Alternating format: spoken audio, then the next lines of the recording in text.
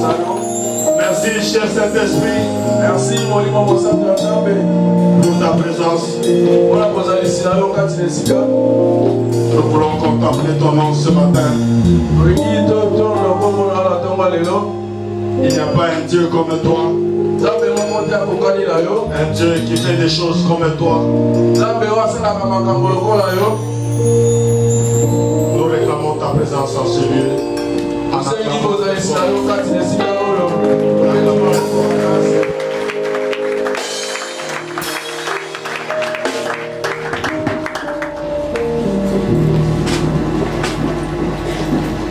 Que le Seigneur soit glorifié.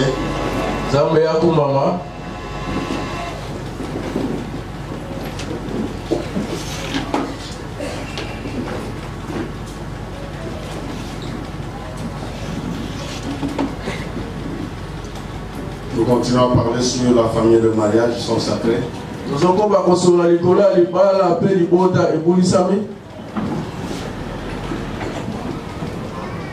avons travaillé avec vous jeudi et vendredi.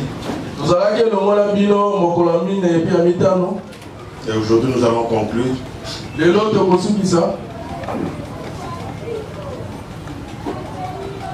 Nous avons appris que le mariage est une fusion de deux vies. C'est-à-dire deux personnes responsables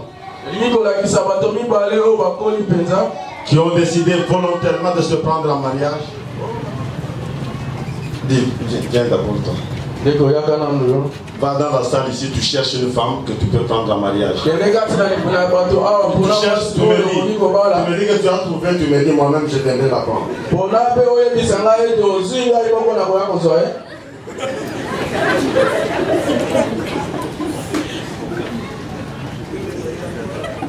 Bon, toi aussi tu vas de ce côté-là. Toi aussi tu vas chercher un homme. Tu dis que je veux me marier, tu prends un homme, tu viens avec. Moi je vais organiser tout.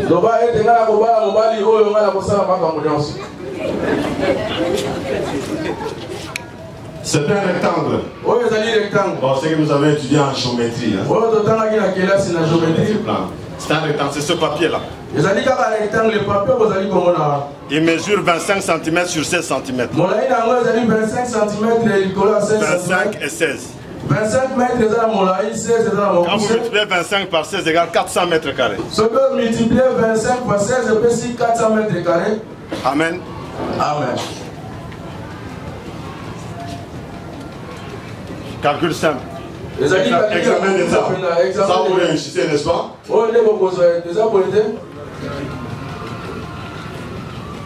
Mais ça c'est un carré. Il mesure 20 sur 20, ça fait 400 mètres carrés. C'est un carré.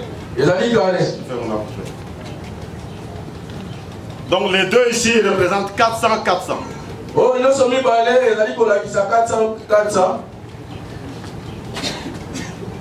Il y a un qui est rectangle, l'autre qui est carré. Mais les deux surfaces représentent 400-400.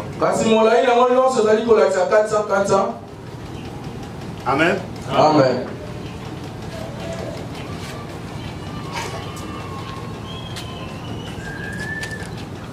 Celui-ci c'est toujours un rectangle. Mais il représente 225 cm². Il mesure 11 sur 20.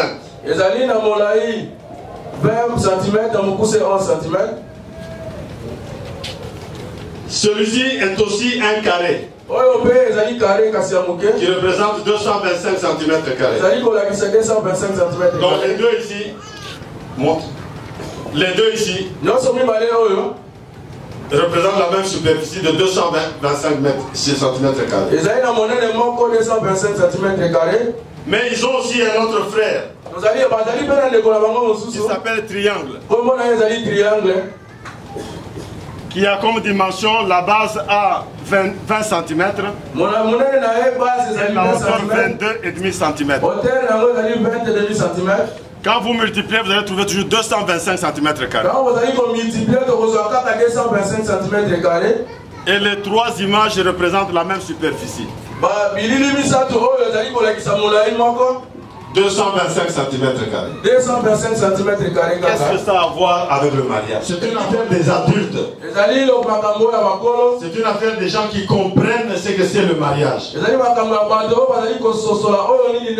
Nous allons passer très rapidement ce que nous avons dit au courant de la semaine. Que le mariage est une fusion de deux vies. Ils ont décidé volontairement de se prendre un mariage. Et ces personnes sont des adultes et responsables. Nous avons dit que le mariage est une création de Dieu lui-même.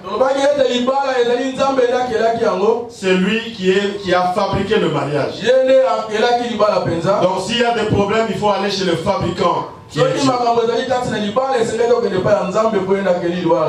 la même manière que Ford qui a inventé le moteur Ford, quand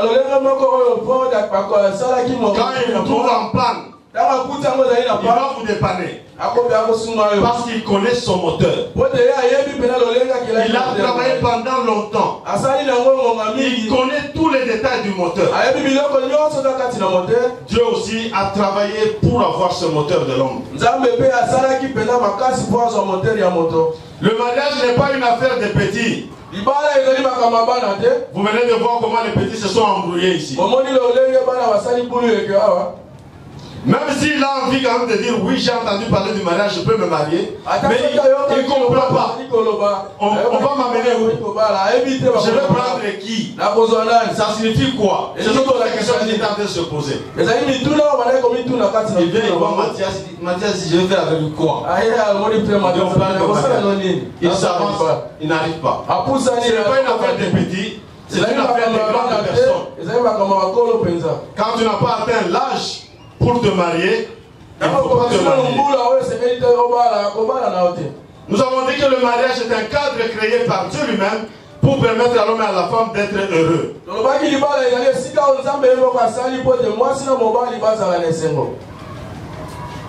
Pour que l'homme et la femme soient heureux. Dieu n'a pas dit qu'il y a aussi les enfants là-bas. C'est ça le mariage. Ah papa, donc il ne faut pas, quand la femme ne donne pas les enfants, vous dites que non, comme il n'y a pas d'enfants, on doit se séparer. Vous deux là, que vous soyez heureux. C'est pour ça que nous n'entrons pas dans les ventres pour commencer à dire, ah, avant de nous marier, je regarde d'abord, donne-moi la radio, je vais regarder. Voilà, un truc ici, je vois deux jumeaux là-bas.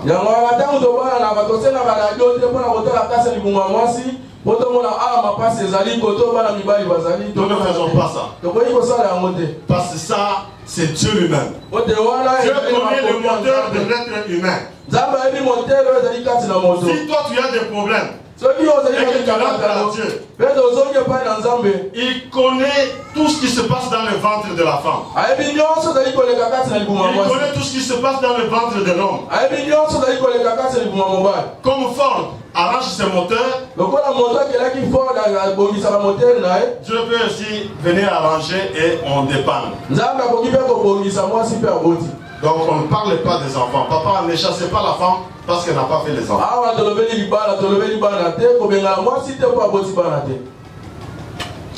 Le mariage est une institution divine. L'homme ne peut pas résoudre ou intervenir efficacement dans le dépannage de ce moteur qui est le mariage.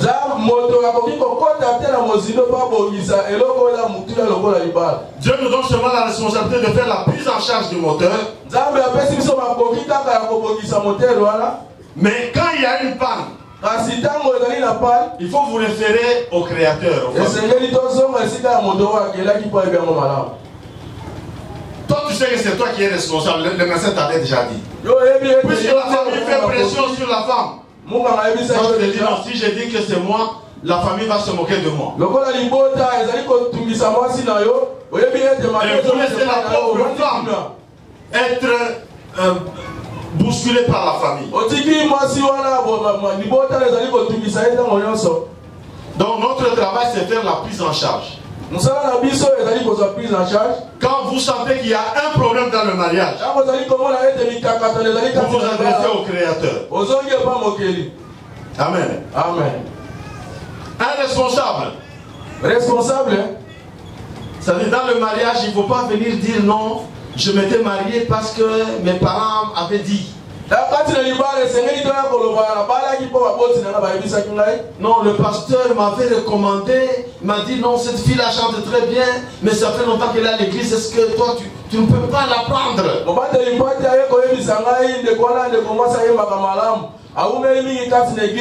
Le mariage est sacré. Ça vient de Dieu. Donc il n'y a personne qui peut contraindre quelqu'un, même le président de la République ne peut pas venir te contraindre pour te marier à sa fille. Évidemment, dans ce monde ici, quand le président seulement t'appelle, j'ai un ami, il y a plus de 20 ans, il était encore jeune comme moi. Et il était médecin, il a eu la chance de travailler à la présidence de Mobutu. C'est lui qui a amené les mamans Mobile Atawa en Espagne pour s'accoucher. Il a fait le tour du monde, il avait les moyens. Un jour, il s'est retrouvé sur le bateau au Cameroun avec Mobutu. Et il y avait une nièce de Mobutu qui passait. Alors c'est Seko Alobi. Mobutu Alobi na Nekoala. Jean, parce qu'il s'appelle aussi Jean. Mobutu Alobi na Nekoala Jean. Olingi Nini aussi. Pour que tu te maries à cette fille. Tu n'as pas. Alors mon ami là, bon, il n'était pas vraiment chrétien, il n'était pas ancré dedans. Il dit non, il n'y a pas de problème président. Il s'est marié, mais c'était pour un temps. Quelques années après, le régime de Mobutu est tombé. Mes soeurs s'est retrouvées en Afrique du Sud. C'est là qu'il est pour le moment. Entre-temps, il était déjà marié. Mais comme le président avait dit quelque chose. Donc le mariage, ce n'est pas ça. Le mariage, c'est pour les hommes adultes.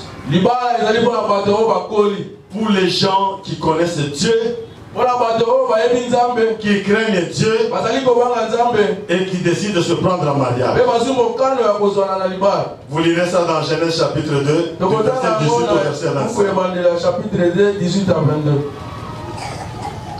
La femme est une créature de haute finition. C'est la dernière version des créatures. C'est là que nous avons demandé au papa de donner beaucoup de respect aux femmes. Et nous avons dit que même la femme est plus intelligente que l'homme. On discutait avec un frère qui disait non, les femmes ne sont pas intelligentes. Je précise. Les hommes sont intelligents. Ils font beaucoup de choses. Mais la femme, elle est au-dessus. Okay. Là, on s'entend. Hein? Dieu a donné l'intelligence à l'homme. Mais pour la dernière version, la femme a eu plus que l'homme. Et tous ceux qui ont vécu avec des femmes intelligents, comme Proverbe chapitre 31, du verset 10 au verset 15, explique. Ils ont vu que leur mariage est stable et que les hommes sont heureux de vivre dans ces maisons-là. Une femme est un don de Dieu. Une femme est une aide. Nous avions dit, si une femme est une aide, c'est quelqu'un qui doit être spécialisé dans un domaine pour pouvoir vous aider. On ne peut pas vous amener un conseiller qui ne connaît pas la matière. Le président de la République, il est licencié en économie. Non, j'étais comme ça, je ne sais pas ce qu'il a fait. Je pense qu'il a fait l'économie. Donc, mais il doit diriger ce pays où il y a des problèmes d'Ebola, de santé, où il y a des problèmes des infrastructures, des routes, il y a des problèmes des barrages, il y a des problèmes de construction des bâtiments. Mais comment il va faire ça s'il n'a pas d'aide? Donc les aides, ce sont les meilleurs conseillers, ce sont des spécialistes. Donc la femme réunit toutes ses caractéristiques en elle. Amen. Amen. C'est pour ça qu'autour de son mari, elle est capable de développer beaucoup de choses. Et l'homme lui doit beaucoup de respect.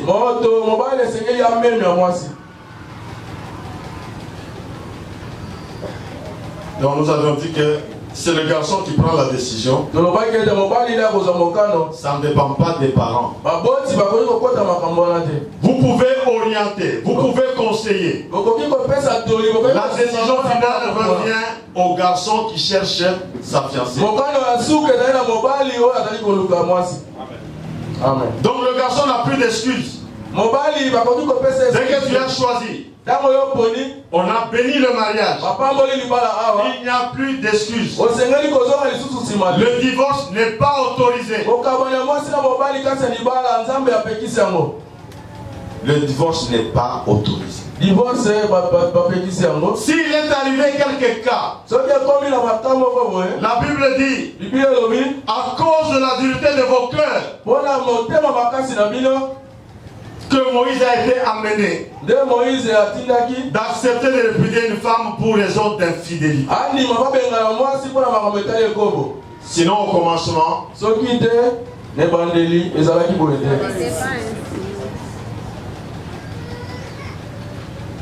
le mariage est un mystère.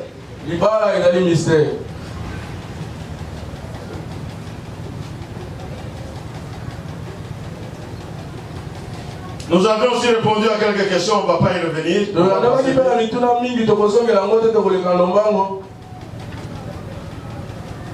Et nous nous sommes attardés sur les problèmes qui perturbent l'unité dans le foyer.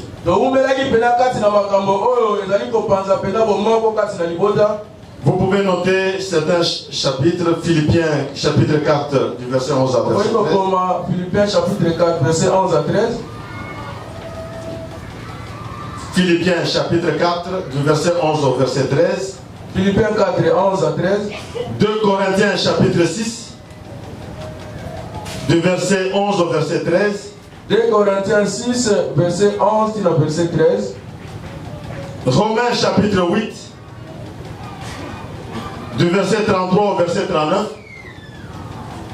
Romains chapitre 8 du verset 33 au verset 39. Nous avons identifié un certain nombre de problèmes qui se posent dans les mariages. Et nous avions commencé à analyser des cas spécifiques dans des mariages.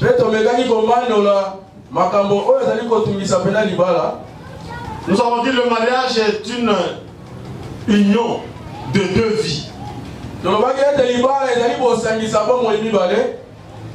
monsieur vient de quelque part, se retrouve dans un autre milieu, décide de prendre une femme qui vient aussi de quelque part.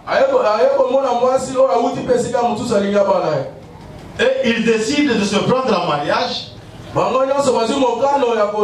de vivre comme ça jusqu'à la fin de leur vie. Il est difficile pour les hommes de marcher déjà ensemble. Même s'ils ont un même projet, vous allez voir qu'il y a toujours une difficulté. Les gens sont en train de se calomnier, les gens sont en train de s'injurier et les gens finalement décident de se séparer. Donc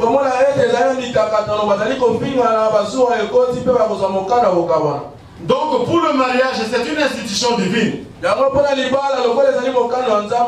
Dès que vous avez décidé, dès qu'on vous a béni, il n'y a plus d'excuses. Ce n'est pas un projet qui peut s'arrêter un jour. Ce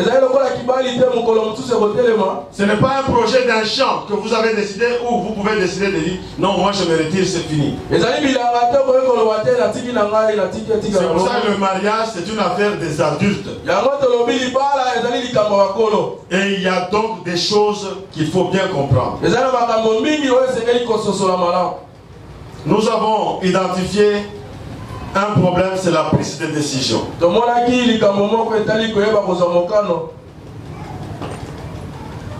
Avant le mariage, les prétendants s'aiment bien.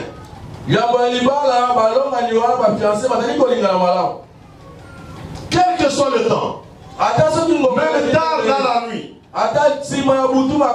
ils se raccompagnent mutuellement. Non, je te laisse ici. Non, moi si je te laisse là-bas. Vous connaissez toute cette histoire. Mais juste après le mariage, on commence à connaître des difficultés.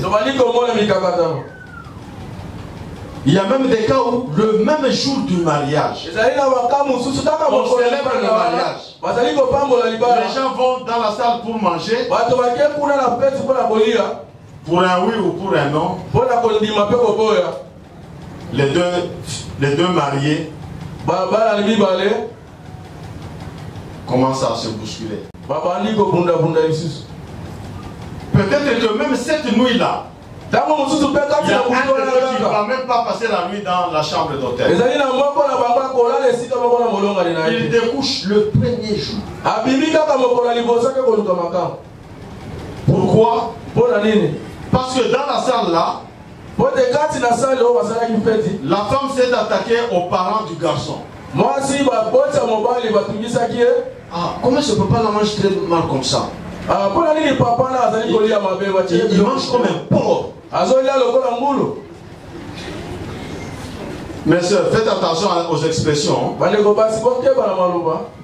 Le mari, c'est le chef de la maison. Même si tu as quelque chose à reprocher, il y a une manière de parler qui permet à l'homme d'adhérer, d'accepter la remarque. Dire des parents qui mangent comme des porcs. Tu entends ça? Il y a des mariages comme ça. Il y a des mariages où la fille avait des copains qui lui donnaient de l'argent. Même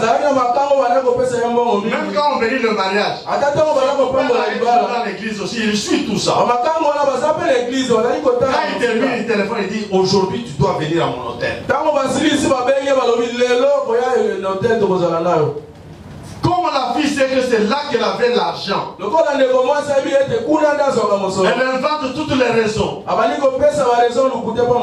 Elle disparaît la nuit parce que l'autre là a mis la pression. Tu dois venir. Ça s'est déjà passé. Un parrain qui a guidé un mariage. Vous savez, le jour de mariage, on contemple qui? On contemple l'homme. Vous pensez qu'on vient au mariage là, entre nous, ça c'est pas le Saint-Esprit.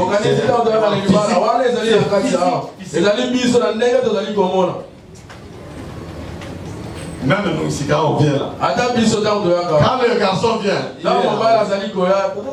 on attend. Les hommes, vous comprenez? On attend. Quand la femme met le pas, l'église bouge, tout le monde bouge. Et il faut voir comment elles sont jolies. Hein. Amen. Amen. Donc il n'y a pas une seule femme que Dieu a créée qui est... Toutes les femmes sont jolies. Dieu a dit, il a vu que c'était beau. Il n'y a pas une seule femme qui peut s'inquiéter. Amen. Amen. Nous avons identifié un autre problème. La stérilité. Nous avons dit, quand on va se marier, on ne garde pas, on entre dans le ventre pour dire non, il y a quoi. Même l'homme ne saura pas. Jusqu'à aujourd'hui, la médecine ne peut pas le préciser. Dis-nous combien d'enfants j'aurai. On fait la radio. On dit que dans la radio, on montrait que toi tu auras 12 enfants.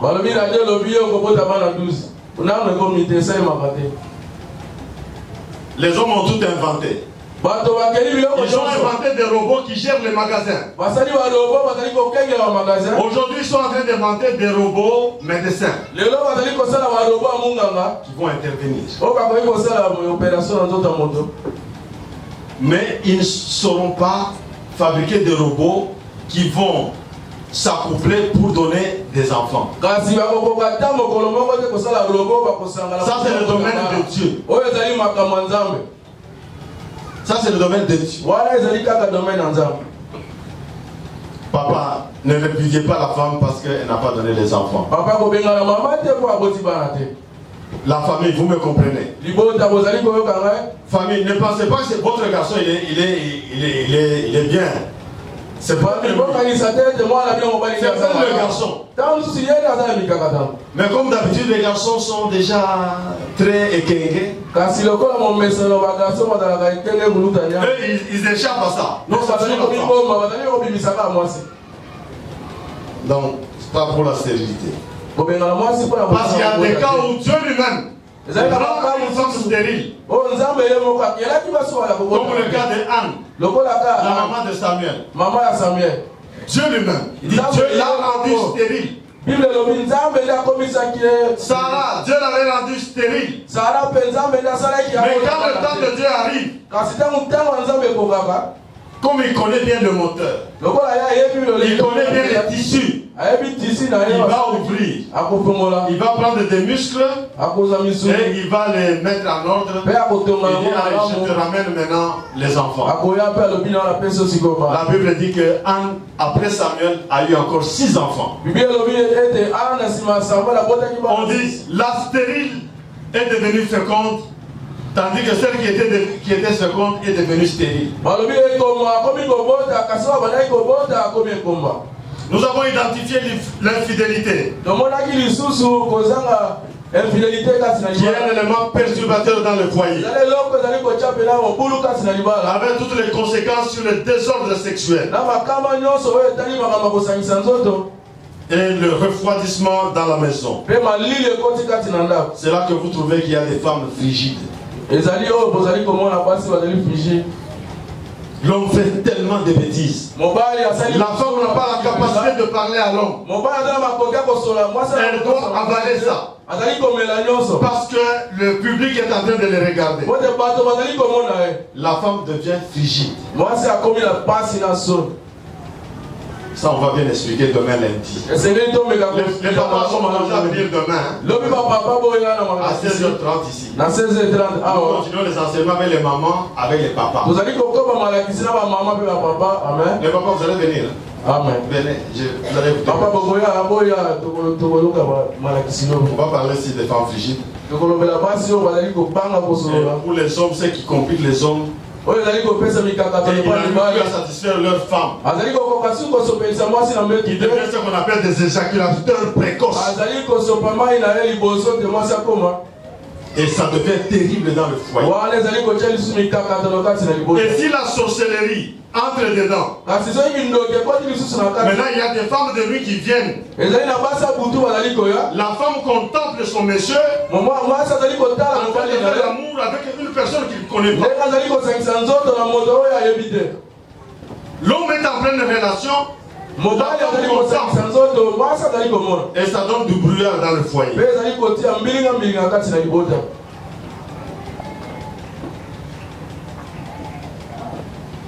Il y a aussi, nous avons identifié des maladies. Les maladies peuvent arriver et perturber.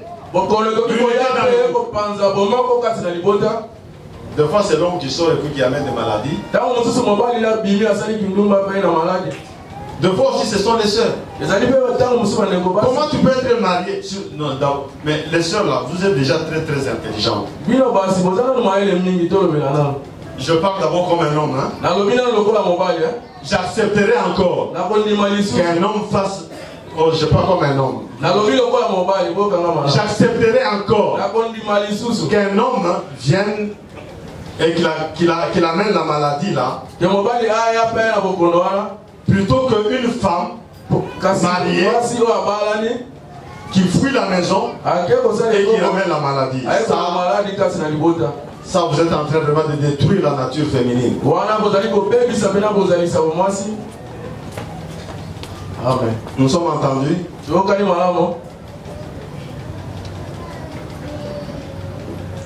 Dans le mariage, on a connu des hommes pour qui on a amputé des jambes. Est-ce que vous allez rester avec cet homme-là? Vous vous mariez, 2 mois après, il fait un accident. On coupe l'argent. Ce sont des choses qui viennent perturber l'unité dans le couple. Mais si vous allez chez le Créateur, il va vous donner la solution. J'avais connu un ami, il travaillait dans la mine souterraine de Cambo.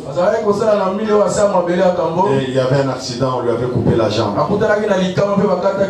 Il a tenté de supporter. Un jour, il s'est suicidé. Il y a un autre au sud à Lubumbashi, vous savez, c'était en pyrométallurgie. Donc pour fondre le cuivre là-bas, ça allait jusqu'à 1300 degrés Celsius. Alors monsieur était brûlé. Donc le moto là vient, il tape et puis les éclats. Il était bien brûlé. Le visage était complètement transformé. Il était devenu comme un monstre. Le jour qu'il est arrivé chez lui à la maison, les enfants, en restant dans la maison, la femme à un moment donné avait toujours peur. Elle est partie avec les enfants. Ce n'est pas facile. Nous avons aussi identifié le manque d'argent.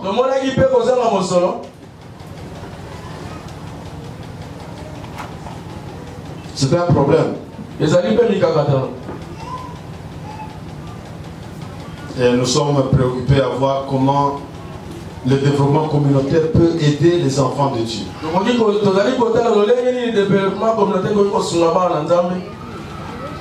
Nous apprenons à nos frères et sœurs qu'il faut travailler.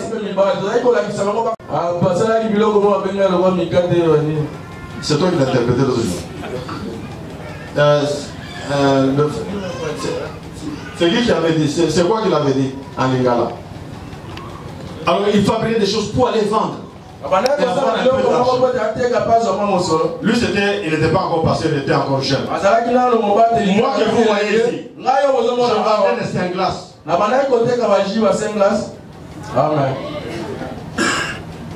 J'étais déjà ingénieur civil de mine. Je travaillais déjà dans la plus grande société du pays ici qui s'appelle la Chicago. Mais cette société était tombée en crise. Il fallait se débrouiller. Mais Dieu m'avait donné une femme merveilleuse.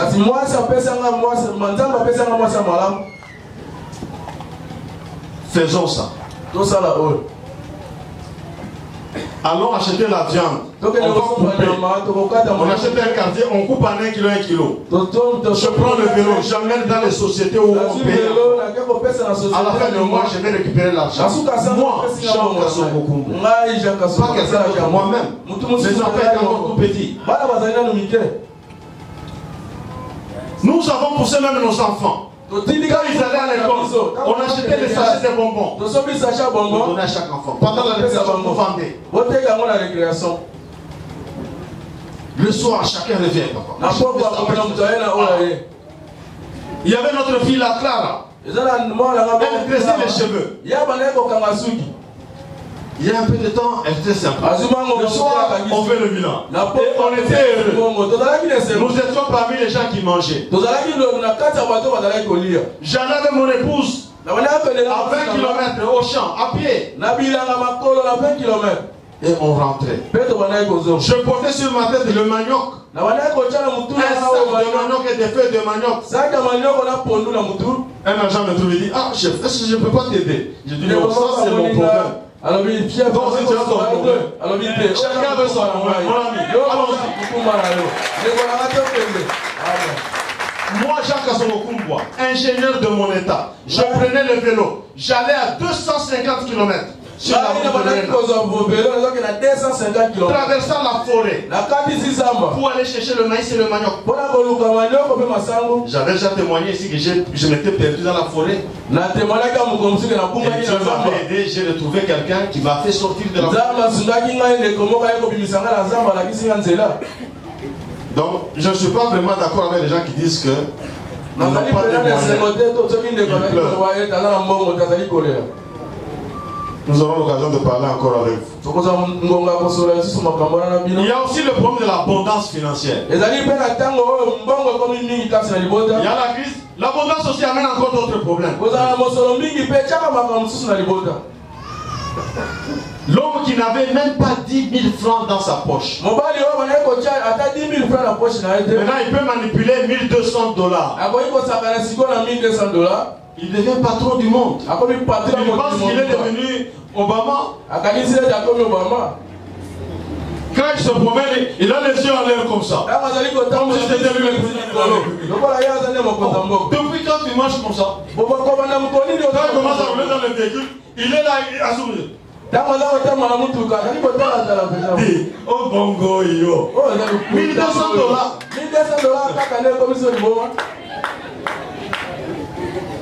Vous savez, quand quelqu'un sent qu'il a l'argent,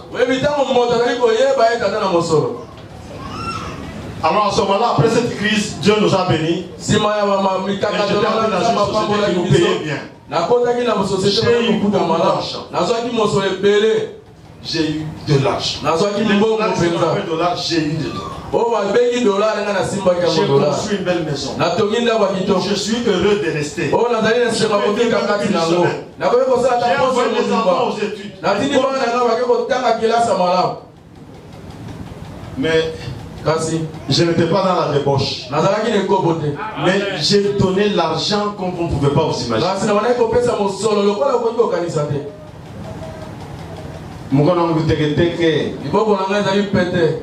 Mon épouse qui était en Europe apprend qu'on ne fait rien. Elle est revenue. Je vais aller protéger mon mariage. Je vais aller protéger mon mariage. Elle était partie pour les soins médicaux. Elle est revenue. J'ai distribué l'argent.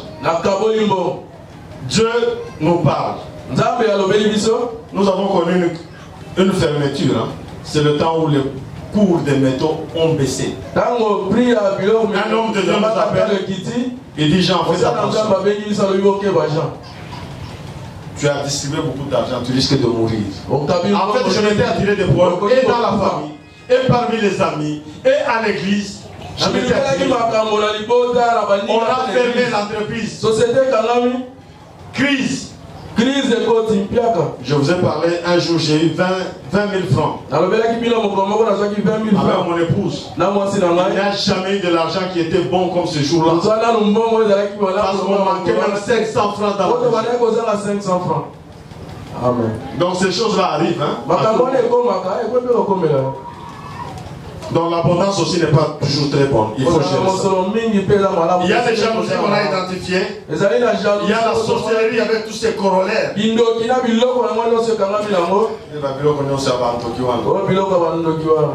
Tout ce qui brille n'est pas l'or.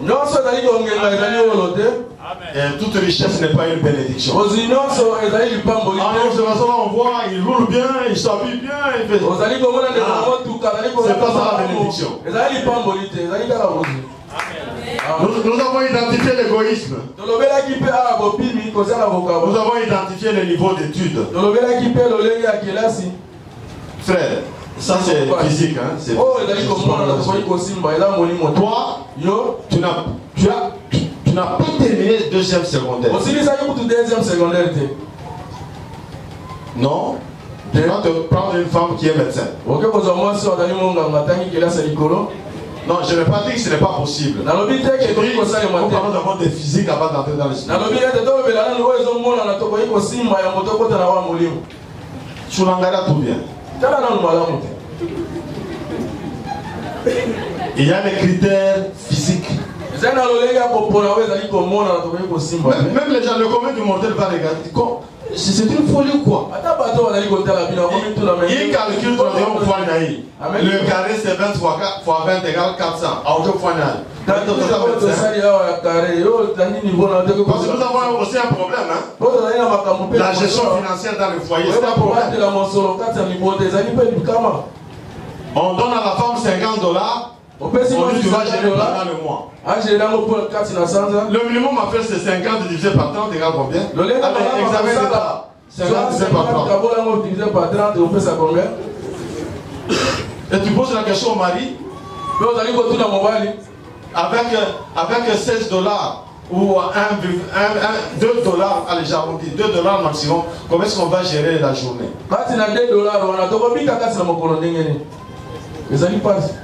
Faites ces calculs-là. Sinon le mari va dire, moi je t'ai donné l'argent, maintenant tu ne prépares rien. Papa, vous vous donnez à la femme 20 000 francs pour le mois. Allez, 30 000 francs, c'est-à-dire 1 000 francs par jour. Vous venez vous ingérer la femme qu'elle a mal préparée. Vous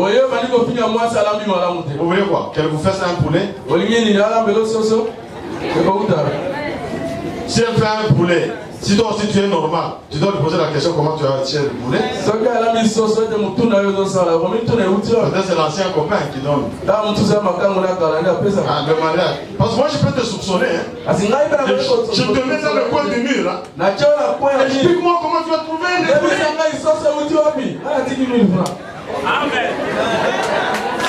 Moi je ne connais pas. Je sais que je t'ai donné seulement 30 000 francs. Tu l'as mené comment? Papa, toi aussi tu donnes 30 000 francs. La femme s'est débrouillée et fait un jardin. Elle trouve la tomate, les oignons et tout ça. Ça c'est de la foutaise. Hein. Tu vas rentrer chez toi pour apprendre à manger, à préparer. Bon, venez demain, on va continuer les choses. Il ne faut jamais injurer sa femme. Papa, c'est interdit. Injurier sa femme. C'est interdit. Il faut respecter la femme. C'est une faveur de Dieu. Il y a même des gens qui avaient dit Ndumba wey.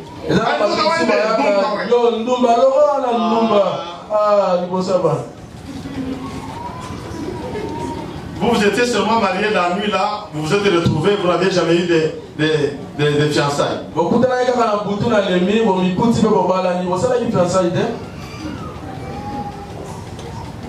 faut pas injurer la femme.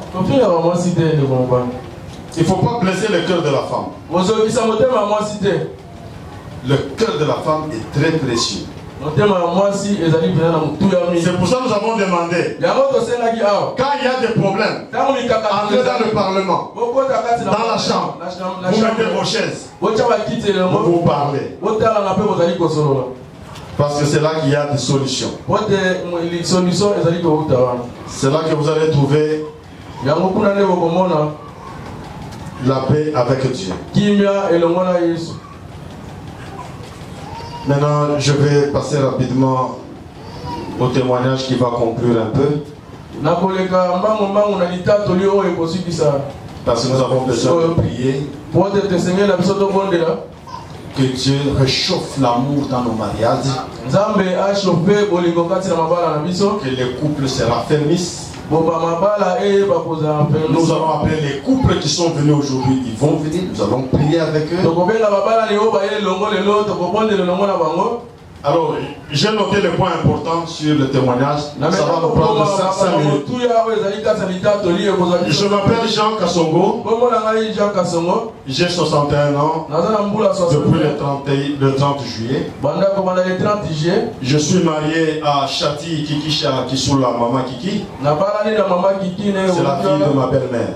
Nous avons eu ensemble 6 enfants, 3 garçons et 3 filles, et Dieu nous a bénis. Le 13 octobre, donc exactement dans un mois et quelques jours, nous allons accomplir 35 ans de mariage, soit 12 609 jours. Qu'est-ce qui s'est passé pendant 35 ans? Du 13 octobre au 13 octobre 2019, nous allons accomplir 35 ans. Il y a des choses qui se sont passées. Mais Dieu nous a fait grâce et nous sommes encore ensemble aujourd'hui. Et je voudrais, à la lumière de ce témoignage et à la lumière de la parole, vous dire qu'est-ce qui s'est passé dans notre maison. Comment nous avons pu maintenir l'unité dans le couple. Comment nous nous sommes battus mutuellement pour apprendre le langage primaire d'expression d'amour de chacun. Comment nous nous sommes conduits, comment nous conduisons le processus de prise de décision dans notre maison. Et comment nous servons Dieu dans notre maison. Alors, de octobre 1984 à mars 1986. Ça c'est octobre 1984, mars 86. Ça faisait 6 mois. Et ça l'a dit 6 mois. On s'est marié et les amis avec qui on s'était marié avaient eu un enfant. Chez nous, il n'y avait rien. L'inquiétude a commencé. C'est quoi?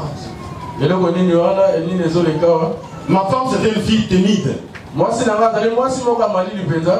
C'est pas capable de parler en public. Mais aujourd'hui elle est capable. Elle fait beaucoup de choses.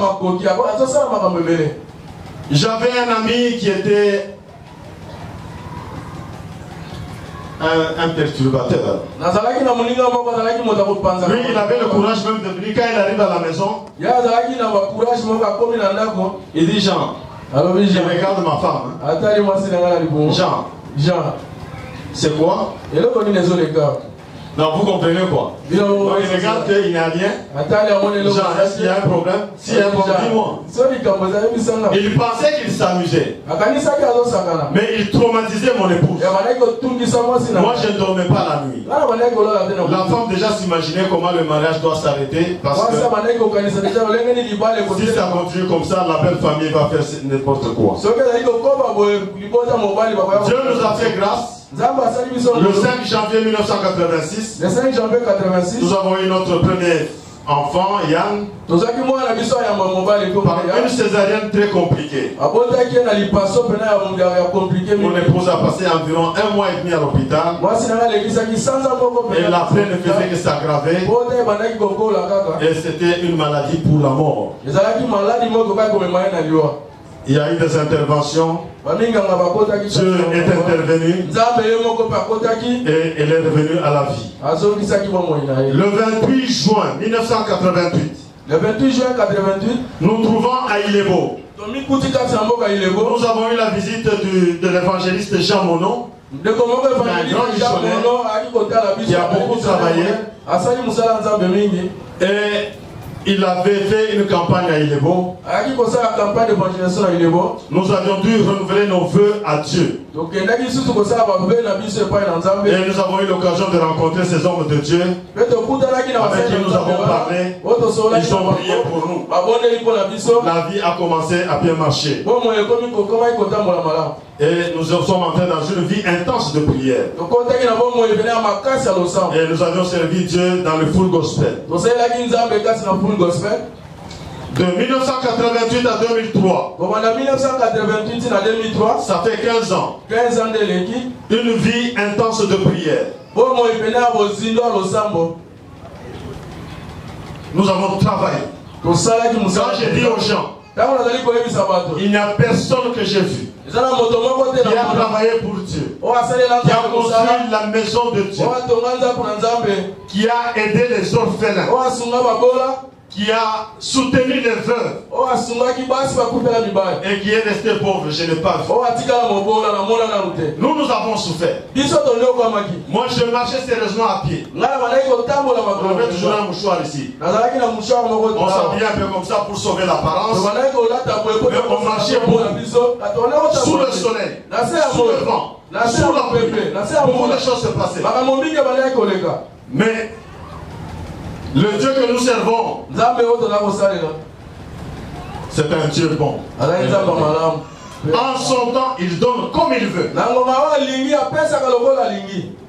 Ça ne dépend pas de l'homme. Il donne comme il veut lui-même. Mon ami là, nous on était avec lui, mais comment lui maintenant il est comme ça?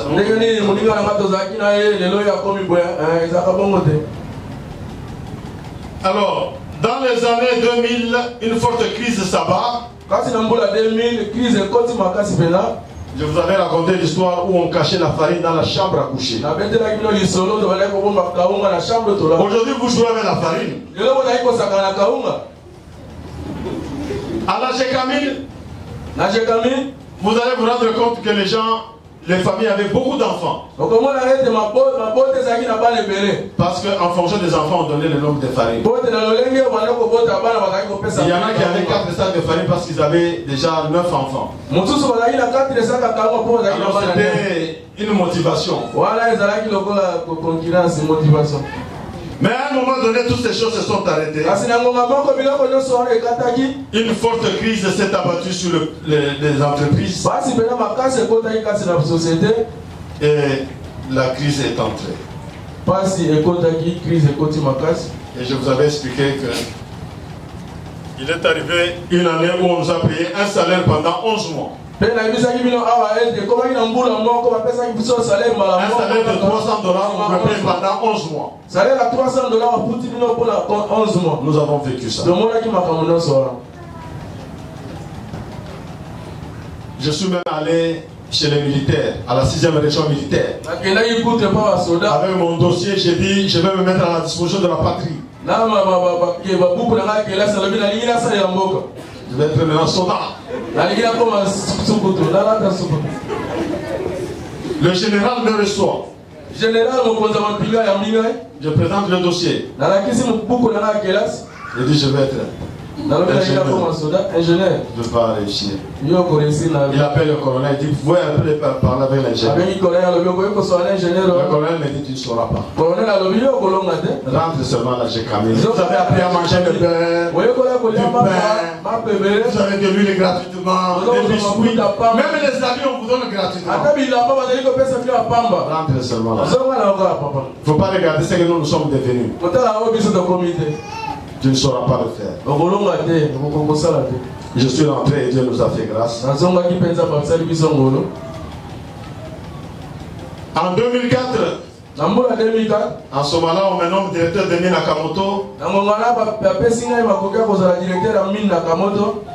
Tout ce que j'avais, c'est le véhicule. L'argent, il n'y en avait plus. C'était la crise. La farine, on cachait toujours dans la maison. Le soir, quand j'ai rentré, c'était la première préoccupation.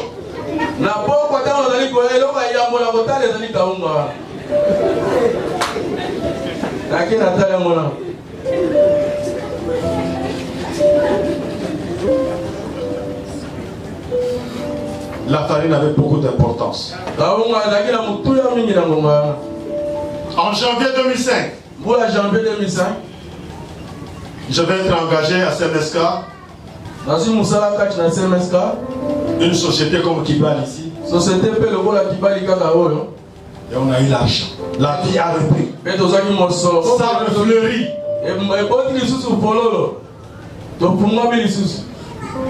Les véhicules anciens, on les jette. Maintenant, j'achète un véhicule nouveau. Je n'ai pas de mécanicien jouer dans mon véhicule.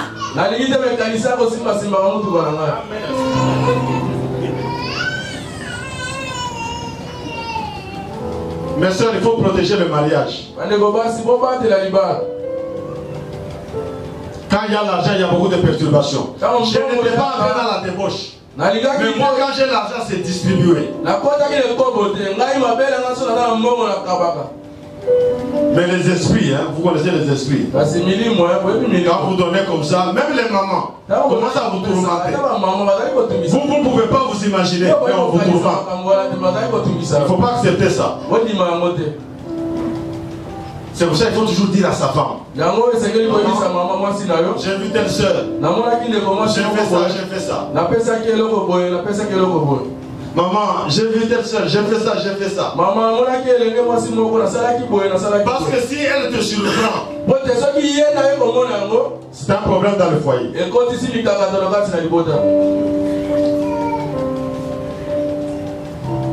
Mon épouse a fait beaucoup de choses. Elle montait sur le camion, sur le wagon de maïs. Mais elle m'a aidé. Elle m'a beaucoup aidé. Elle m'a appris à me laver. Moi j'ai vu des gens qui étaient presque PDG. Ils peuvent bien s'habiller. Mais quand vous passez à côté, vous sentez qu'ils sortent. Parce que c'est la pas ici. Il y a la différence. La laine de cette pourriture de sueur. Si vous ne savez pas vous laver, il faut vous laver bien. C'est parti ici. Il faut bien les nettoyer. Les mamans, vous me suivez aussi. Pour aider vos maris. Les maris, je vous en parle comme ça. C'est une occasion que je vous ai dit aujourd'hui. On va continuer sur ça. Ma femme m'a appris à m'habiller. Ne commettez pas l'erreur de m'envoyer pour vous acheter quelque chose. Vous allez avoir. C'est un désastre. Moi, je ne sais pas acheter. Vous commettez l'erreur, non, tu pars là-bas, achetez-moi ça. Ne commettez pas l'erreur. Ne m'envoyez pas. Mais mon épouse m'a appris à m'habiller. À manger.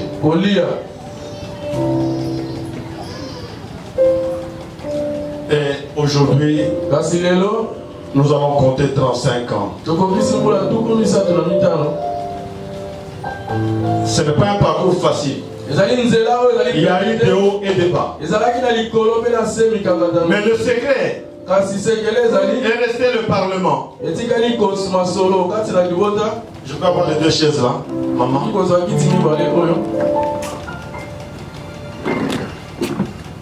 Toi, tu t'assois là-bas. Moi aussi, je m'assois ici.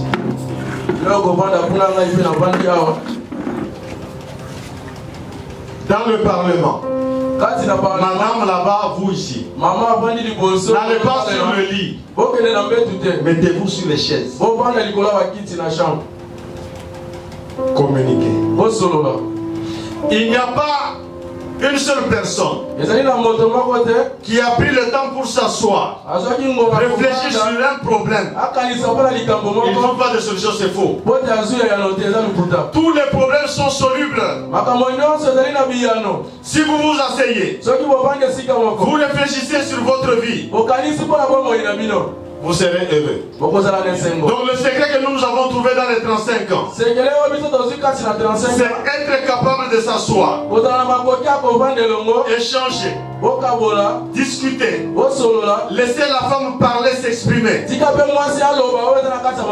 je dois demander pardon, je m'agenouille, je demande pardon. Et je dis à mon épouse, pardonne-moi chérie. Nous allons nous incliner dans la prière. Merci Seigneur Jésus. Tu es un Dieu formidable. Tu es le Dieu des familles. Tu es le Dieu des orphelins. Le Père des orphelins. Le mari des veuves. Tu as mis à cœur à tes serviteurs de développer ce thème pendant 2 mois déjà. Parce que tu veux stabiliser les familles dans ce pays. Tu veux stabiliser les familles dans cette contrée. Nous te bénissons, nous te glorifions. Bien-aimés, vous êtes venus ce matin. Peut-être que vous n'avez jamais rencontré Jésus-Christ dans votre vie. Vous avez entendu ce message sur le mariage et la famille qui sont sacrés. Vous venez de comprendre qu'il y a un créateur de mariage. C'est Dieu, Jésus-Christ. Vous avez entendu des bonnes choses. Vous voulez suivre ce Jésus-Christ-là. Je vous donne l'occasion ce matin. Mettez-vous tout simplement debout et nous prions avec vous. Que vous puissiez accepter Jésus-Christ comme Seigneur et Sauveur. et qu'il vous guide désormais dans votre marche et que dans votre mariage, qu'il réchauffe tous les jours l'amour dans le couple. Si vous êtes là ce matin, mettez-vous debout et nous prions ensemble. N'ayez pas honte des hommes. Si vous n'avez jamais cru au Seigneur Jésus-Christ, vous n'avez jamais entendu parler de Jésus-Christ,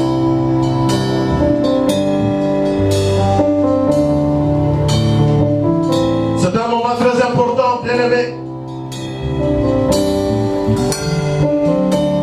Si tous nous sommes des chrétiens, que le Seigneur soit glorifié. Nous passons au deuxième appel. Vous êtes en couple où votre partenaire n'est pas venu, il est en dehors de Tourba. Vous avez entendu ce message. Quelque chose vous a touché. Dans votre manière de vivre, dans le couple, vous avez compris qu'il y a des problèmes. Et vous voulez que cet homme de Galilée, cet homme de Jésus-Christ, vous voulez aussi qu'il vous soutienne dans votre marche. Si vous êtes là, vous vous levez avec votre femme et vous venez ici. Si vous êtes là que votre femme n'est pas là, ou si vous êtes là une femme, votre mari n'est pas là, vous sentez qu'il y a quelque chose, vous pouvez avancer et nous allons prier ensemble.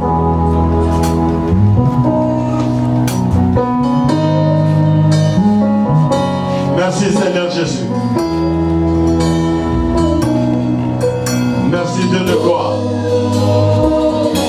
Nous voulons que l'amour puisse être réchauffé. Que le Saint-Esprit agisse. Qu'il renouvelle l'amour. Qu'il transforme les vies. Merci Seigneur Jésus. Merci Seigneur de gloire. Merci Seigneur Jésus. Merci Dieu de gloire. Nous te bénissons, nous te glorifions. Merci Seigneur Jésus. Cet homme de Galilée est capable. Cet homme de Galilée peut vous faire une surprise. Il va renouveler votre foyer. Vous allez être rajeunis. Jésus. Nous prions. Dieu de gloire, Dieu de miséricorde.